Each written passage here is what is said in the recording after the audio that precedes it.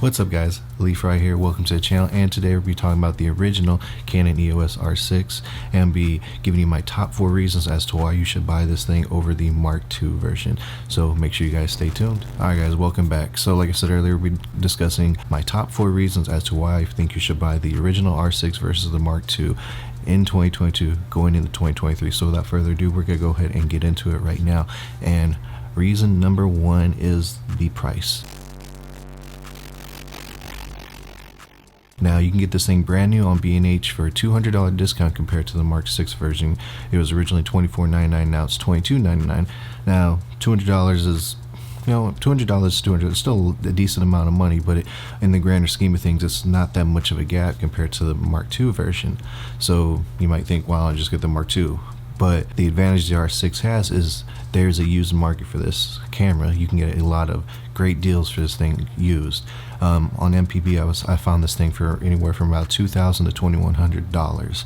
So that's about $400 or $500 discount from the Mark II version. So if price is your thing and you want to save some money, but you're wanting to get the best quality you possibly can, I would recommend looking at this thing in the used market in great to new condition, and you're gonna save yourself again about $400 or $500. So that's something to think about. All right, reason number 2 is the video codecs.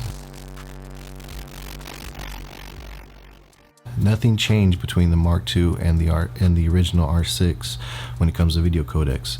Basically 4K 60 all the way down, 10-bit video, no all-I, compressed IBB, and light IBB. So all the video codecs are the same. The only difference is the slow-mo.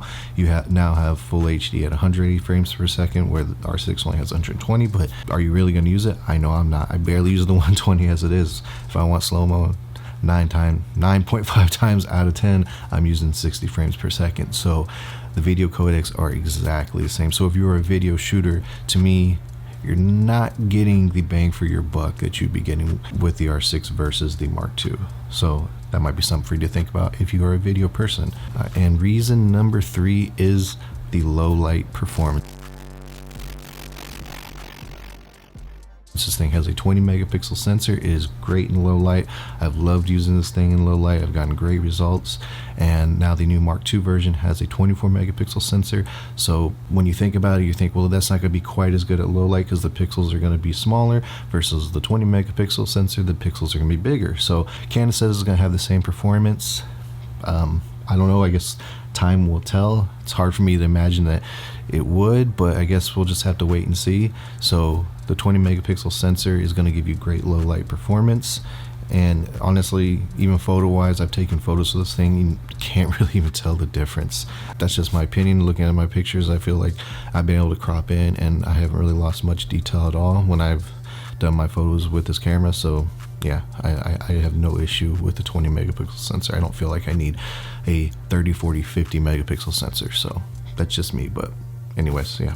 So that is reason number 3. And reason number 4 is another photo feature. This thing is a fast shooting camera.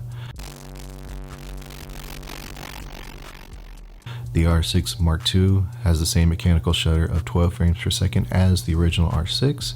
The only difference is when it comes to electronic shutter. The R6 Mark II has 40 frames per second versus the R6 original only has 20. But I think that is a very niche need right there.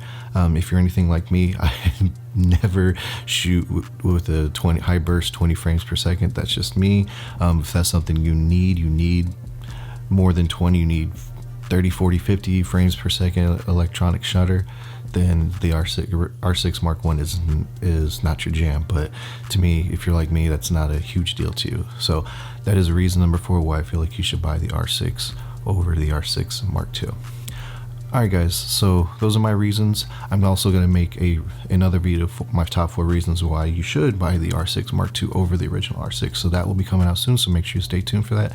Anyways guys, I hope you enjoyed this video. If there's anything you guys want to see, please let me know, leave a comment. If you're not subscribed, I love you. Join me on this journey. Hit that subscribe button. Anyways guys, I'll see you next time I make a video. Have a good one.